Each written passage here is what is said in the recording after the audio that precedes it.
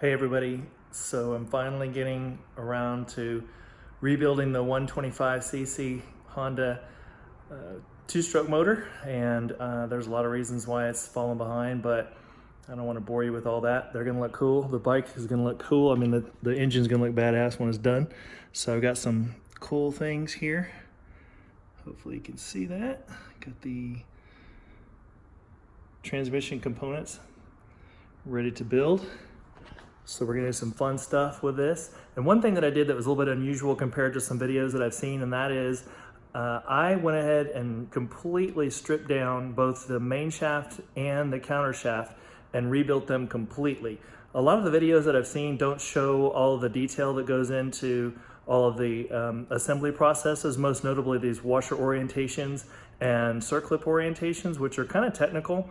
And you'll see in the video. So I did this because a lot of times I see these videos with these dirt bike motor rebuilds and they just take the tranny out and stick it back in. So you need to kind of see what's going on with the main shaft and the counter shaft in order to rebuild these motors correctly. So I just wanted you guys to see it all, so I took a little extra time to do something more, and hopefully it'll pay off, and hopefully you'll enjoy seeing the product when I'm done. So I broke this down into two different segments. So the first part that I'm going to do is the counter shaft, and I was not happy with the condition of some of the gears on this counter shaft. And just in the interest of transparency, I fiddled with this thing so many times that I decided to skip doing the first video or the first take I should call it this, and do the whole thing over, because I learned a lot when I did it the first time. And one of the things was there is a circlip in here that's represented right here in this diagram.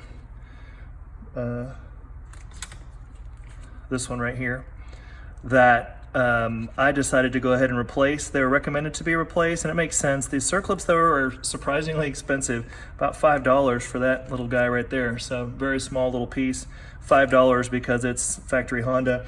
Another thing too that I learned when I was taking this thing apart was something that to me was very confusing, and it may be confusing to other lay people, and that is the orientation of washers and circlips. So you may be able to see here in this diagram that each one of these washers or circlips has a direction, and it's represented here in, like, I guess they call it landscape view if it is architecture, or elevation, I'm sorry, not landscape, but elevation. So in the elevation view, you know, this washer is this one right here. And I looked at this thing with intensity, trying to look at the shoulder and see if I saw any bevel on the shoulder at all, which I never could see. I looked as hard as I could, and you know, I'm not too stupid. I worked on that for a while, but in the end, what it looked like to me was that as you look at the faces of these things, you can just kind of see, I don't know if you can see that very well, but there's just a little bit of a radius edge on the look of that one. So you can kind of see that in the reflection of the light. See how it's a little bit darker around the outer edge? If you look at the other side, it is smooth. So it's like billiard smooth. And that was how I determined which direction that they should go. I think you can probably see that. So I'm trying to get the light on it just right. But this face to me is the flat face. And you can see there's no edge bevel. On this one, it's just a little bit softer. It's very subtle, very subtle. And I had a lot of consternation on that, to be honest. And so I fiddled with that a long time before I kind of, you know, felt confident about the direction that it should go. So that was one thing. So my video got really long last time, and I just decided I'm gonna cut and redo the whole thing. And I spent some time cleaning up the components too. I'm kind of a freak for making everything clean, and I like to make my components, you know, nice and fresh and clean. So we're gonna break this down and rebuild it basically. Some of these gears I purchased new, so these were damaged and not in very good condition.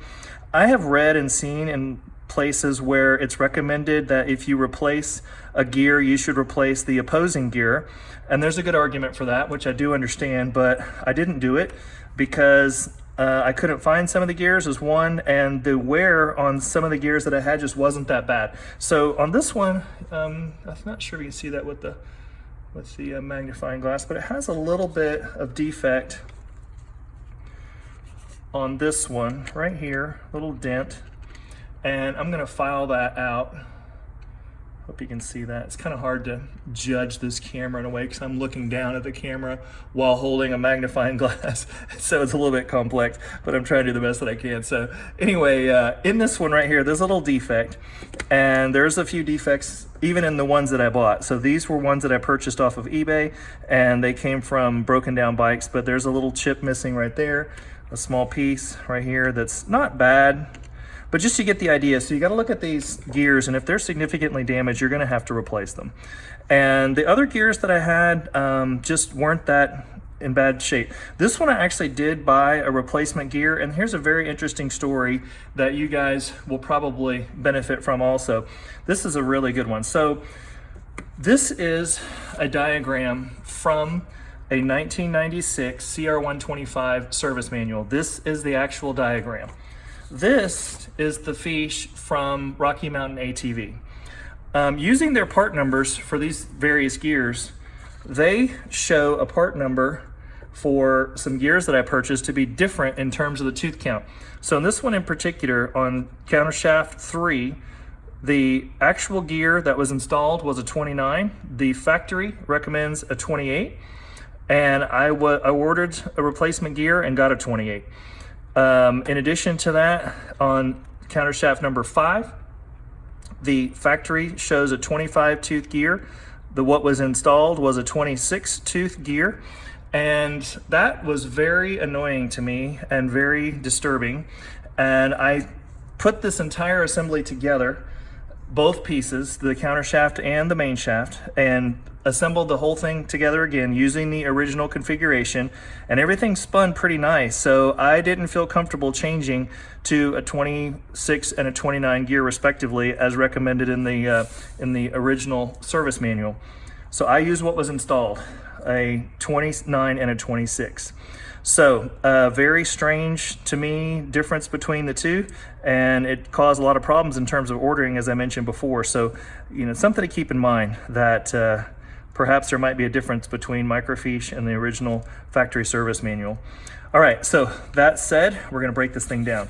So first washer, I always break these things down, which I already showed you in the previous video. I like to make these things come apart just the way they went together. So this one is this piece here, and I'm gonna put it down like this. So next one, this one has a washer and it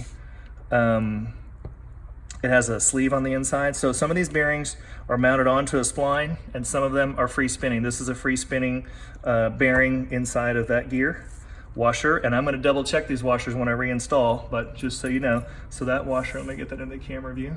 So that's how I'm breaking that down. Then the next one is this center cog with the dog gears, and this is a 24 tooth component.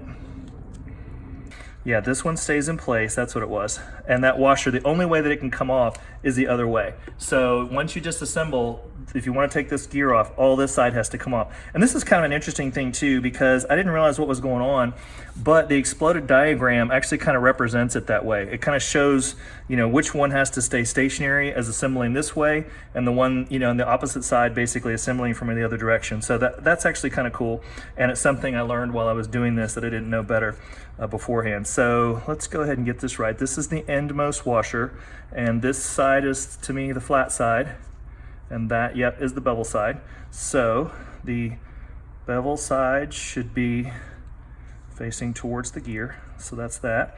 Next is the first gear, which should have a sleeve on the inside. Oh, it does. It's right there, sleeve, okay. So I'm disassembling in two directions now. The next one is this one with the washer, and this is gear number 5 with a washer inside. I'm going to check the orientation of that washer, but you get the idea. I'm just going to go ahead and stack it, which is just as good. And then this is where we get to this nasty little circlip, and I'm not going to be surprised if I have to edit the video to make this thing work. So one thing that I found from doing this circlip business is that I developed a little trick, and I'm hoping that it will help you, because I really worked hard on these circlips. So the way that I got this tool, and I'm sure there's other tools for breaking these circlips down. In fact, I've seen other tools that are a little bit more suited to this. So here's the way that you do it. You push these things apart and then use the gear to push the circlip. Otherwise, the circlip will end up twisting on you and it will make you start cussing, and it can get out of control. So this is the way that I do it. So I spread that sucker apart and use the gear to keep it flat. So once it breaks past those splines, come on, baby, there you go. See how I'm pushing the gear to keep the whole assembly flat? That is a really nifty little trick that I developed on my own. And believe me, without it, you will be crying and cussing, because those circlips do not want to come off. So spread the circlip, push the gear. It works like a charm, but these things are just a little slippery. So I did clean these gears, and but they're just a little slick. So there's the circlip. This is going to be replaced. So this component, let me make sure I got the orientation right. Nope. So this goes like this. And by the way, you should always look at this orientation on the elevation view. So you can see this is the spline side, and that's the smooth side. So this comes apart like so. And I'm going to go ahead and put that like that. Put that one down, and this one on top, inside. So that's the sleeved piece. Now we come to the center part, and this is where it gets kind of fancy. I cussed a lot on this one, but I figured it out. So this is a locking washer, and it's very interesting the way that it works. So this is represented on the diagram right here. This piece right here, let's see, make sure it's in the camera shot.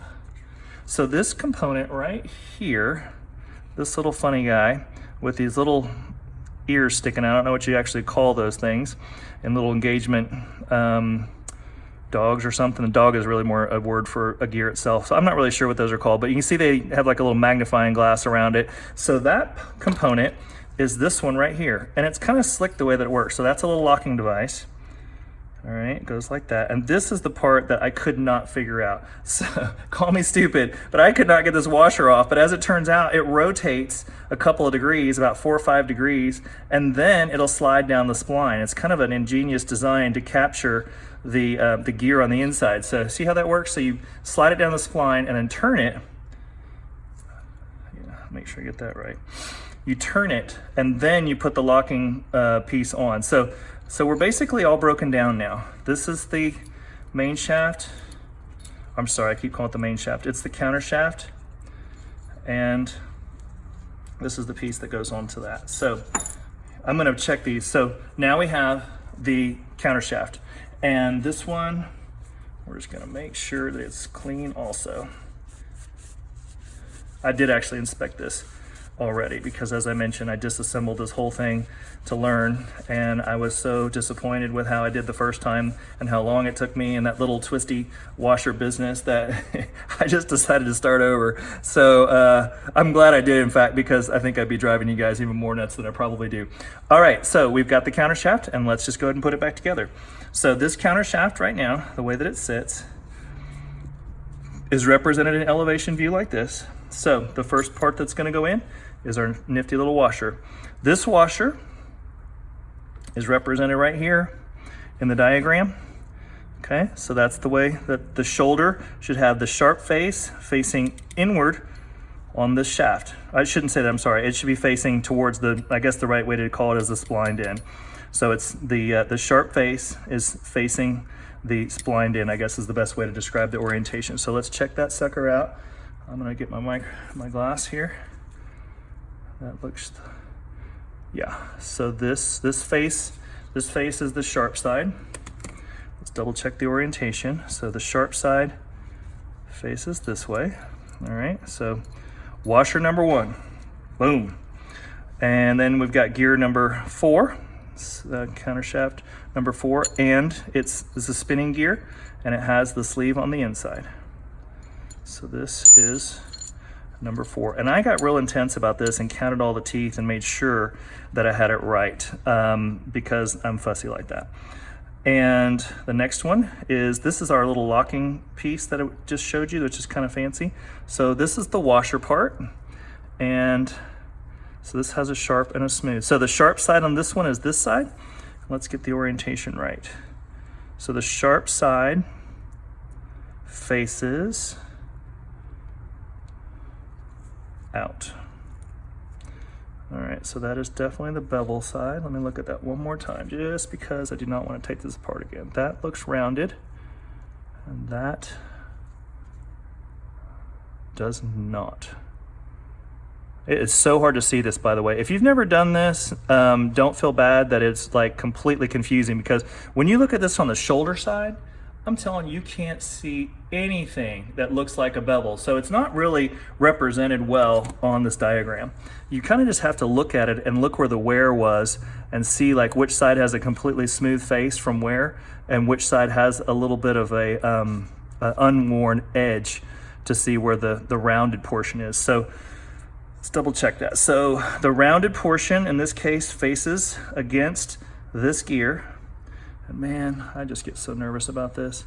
So the rounded portion, because that looks like the round side. Okay, the rounded portion goes towards that. Last check.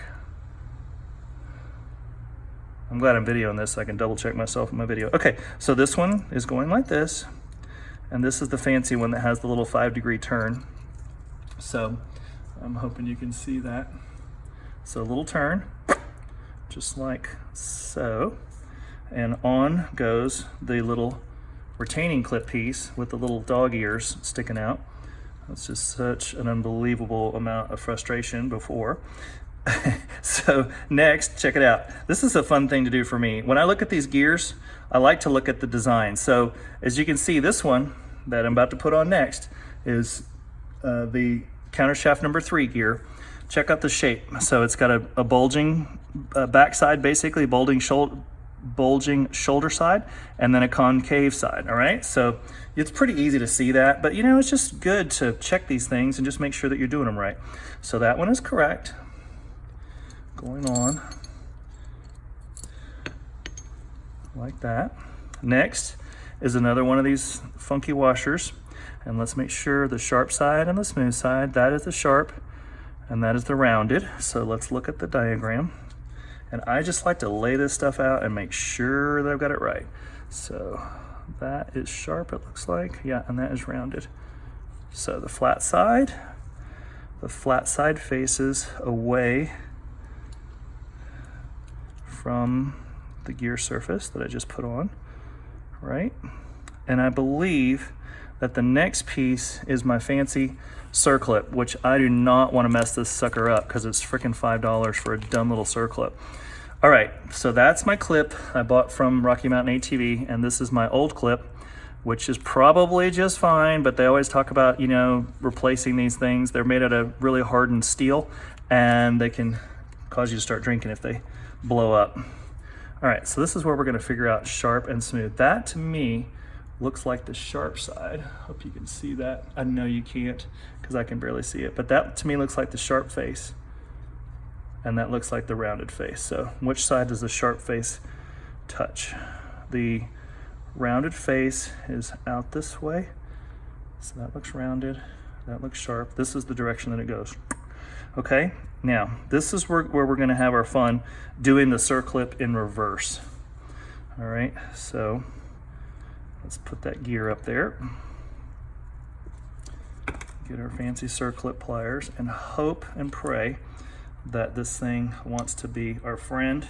I believe that I did that without one cuss word, which is amazing.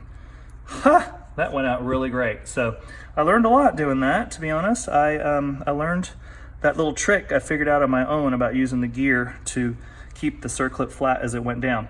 Alrighty, so we're well on our way past the hardest part. Now we have this funny little cogged piece. This is my washer and this is my Circlip. And then this, okay, I had to sort of think that through. The splined gear has no washers on either side. The next piece though is a washer with the sharp face facing inward. That looks beveled and that looks sharp. So the sharp face goes inward.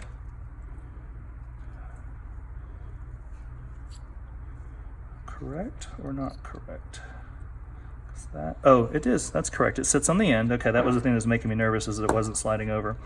Then finally, we've got first gear, and this is a sliding gear or a bearing gear. And then lastly is this funky washer in this case. So that one is done. All right, so let's assemble the other side. All right, the next component is our 6-speed. And this one has the groove for the shifter fork, which is kind of cool. It's this groove right here. That's where the shifter fork goes, and the shifter fork goes there. So this piece is a new one, 24 tooth, no washer on either side, just like that. Then next we have the washer and gear. In this case, this represented here. Beveled edge is this edge, so it goes like this. That's the beveled edge. All right, then the gear with the bearing goes on to the very end of that shaft. And then lastly, this is the rounded side. That is the sharp side. So this one goes like that. And that is our countershaft. So I may take that apart and do it one more time just because I like to do those types of things, but I don't really want to take that circlip out again because again, those are things that are perishable items, but I don't think I expanded it too far. But anyway, that's basically how you assemble the countershaft, and I believe that sucker is done. Next, we're going to do the main shaft and the same thing. I'm waiting on a component for the main shaft to arrive. Once that's here, I'll do that video. So hopefully that wasn't too tedious. I know I tend to be kind of overly thorough, but I like things a certain way, and hopefully you guys can appreciate that engineering mindset that drives me to get things just so. Hope you enjoyed that. Hey everybody, so last time I was working on this particular transmission shaft. This is the countershaft, and we finished this one. So I was waiting on a part for the main shaft that finally arrived after a long wait. I swear this thing came straight from Japan because it took so long to get here. But we're done with this, so I'm putting away the countershaft, and we are going to be working on the main shaft. So starting with that. Now I bought basically all new gears for this. This one had a lot of wear on a lot of the teeth on this, and you can kind of see, where's the camera? Okay, yeah, you can kind of see some of it. Let's see how good the light is on that. But right here, there's like chipping right here. This is the second gear, and it takes a lot of abuse. So little bits of chip. Sorry if the lighting's not perfectly right there, but I think you can kind of see it. Chip. So I bought new gears basically for most of this shaft, and in fact all of it. Now that I think about it, so this one is basically completely new. So what I got was, this is the diagram that comes from the service manual, and you can see the layout. Just like the other one, I'm not going to be quite as pedantic as I was in the first one, going in all the detail and taking all the time, because you get the idea from how to do the snap rings and so on from the first one. So, but this is the layout basically in the elevation view and cutaway. So this is the old one, and actually one of the gears that I put on here, this one is new. This one right here is actually a new gear. But what happened was I was working on this earlier, and I just wasn't happy with the condition of the third and fourth gear, and this is the one that I decided to go ahead and order new. So this is old, this is new, and then of course the shaft. This is hard mounted. It's kind of interesting, but you may be able to tell from the diagram that first gear is actually fused directly to and machined out of the main shaft. So that one is not a movable gear. That is part of the main shaft itself. It's kind of cool. I didn't know that until I started working on this stuff. So, all right, so let's just tear into it. I'm just assembling this just without as much care because I'm replacing everything. So I'm not going to worry about the order and things like I might normally. Washer. And I think we come to one of those friendly snap rings. So I showed you my sweet little trick on that on the last portion of this video, and let's put that to work again on this one. So these little suckers are very sneaky to get off, but you can do it if you, oh, wrong way. You can do it if you use the gear to push against the set ring. So that's what we're doing. Open it, push against the gear, and that sucker comes right off. That really worked out smooth. So I'm getting good at that, thank God. So these are sacrificial clips, and you can see in this case that it got pretty torqued. That was because when I was first learning how to do it, I didn't develop the gear push up against the clip technique that I just showed you. So unfortunately, this one got pretty whacked and I had to buy a new one. So I think that's going in the trash bin. What I bought was, when I was waiting for that new gear, I bought replacement snap ring from Rocky Mountain ATV, who does not pay me, by the way, just so you know, I just like them. So new gear, new clip, new washer, or same washer. This is our gear, and this is kind of interesting, but I got a new gear, and this one is a lot darker than the original, which I thought was kind of cool. I didn't know anything about that, but this one is the new one, and just look at that. I mean, the shine, the difference between it. So I guess this is the way they look when they're brand new. I had never seen anything like that before. The only gears I guess I've ever worked with were used, so kind of cool. You know what a gear looks like. So that's the old one. So old. Okay. And then new. This one is new. And I don't want to disassemble this part because I have a new snap ring on here. So I want to just leave that the way that it is. So I don't want to stretch that snap ring again.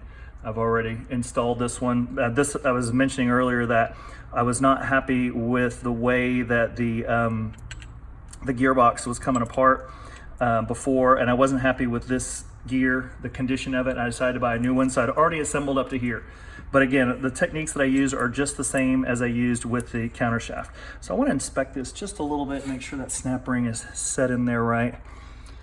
Let's look at that closely, make sure that that set ring is all the way in there like it should be. Because I see a little play right there, that just makes me want to make sure that it didn't screw it up. But it looks like it's right. So I think we're going to go with that. Yep, I think we're going to go with that. All right. So here we are, we're getting ready to assemble with the new gear. So this is the main third and fourth. That's how those go on. Next is our washers. And as you know from the last video, we have to look at these shoulders and determine which direction that the washer and the snap ring are supposed to face.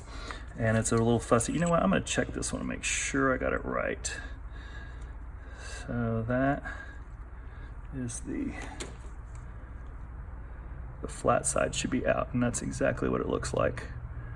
Okay, cool. All right, so this one back on, like I mentioned. This, by the way, this shaft is a lot simpler than the other one.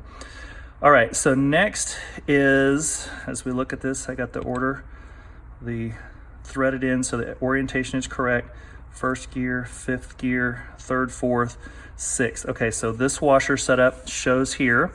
And so it looks like snap ring is on one side and snap ring is going to be on the other side, and then this funky washer, and that's it. Okay, so let's make sure we got the orientation of the snap ring correct. So the sharp side should be this direction, and the round side should be this direction, and that is what that is. So you can't see that. I know I talk about that a lot, but you can't really see it that well, the different orientation. But that is the flat, and that is the rounded. So I'm trying to get that in the light a little bit so you can kind of see how subtle it is. So rounded and flat. Okay. All right, so double checking. Flat side faces against this next gear that is going in. So that is right. Okay, so I'm gonna slide this down using my fancy little technique. That we showed you earlier. Apart comes the ring, spread, slide over the spline, be my friend and go down nice. Come on. Okay. And that is how that is done. Now we're looking at this washer, this funny little spline washer. And that one has the rounded edge will be facing the 6th gear. So that looks like the rounded side. That is the flat side. Yes, indeed. That goes like that. And this one has, this is a free spinning gear with an internal bearing, or basically a lubricated bearing. So that goes like that. And the last gear is our new 2nd gear. You see right there. And you can see by looking at this too that the shoulder, this one has a slight shoulder on this side and it's flat on this side. So flat, shoulder. And the diagram, it shows that the shoulder side is facing outward in the relative to the deal. So that's it. By the way, I checked the width of all of these with my dial caliper earlier, just to make sure that because I'm getting new gears, I want to make sure that they're the same dimension. But so I did check them, and they are in fact the same dimension. So this should be, if everything is right, this should be a fully assembled main shaft with all new gears. So this whole thing is brand new, basically. Well, when I say brand new, this is from the factory. These are from various sellers on eBay. All right, so I think that is our main shaft. And the next thing we're gonna do is install the crankcase, the crankshaft, and put these suckers in. So I'm kind of stoked. So hope that helped you guys learn something new. I know it helped me a lot. I'm really enjoying doing this. So that is the main shaft.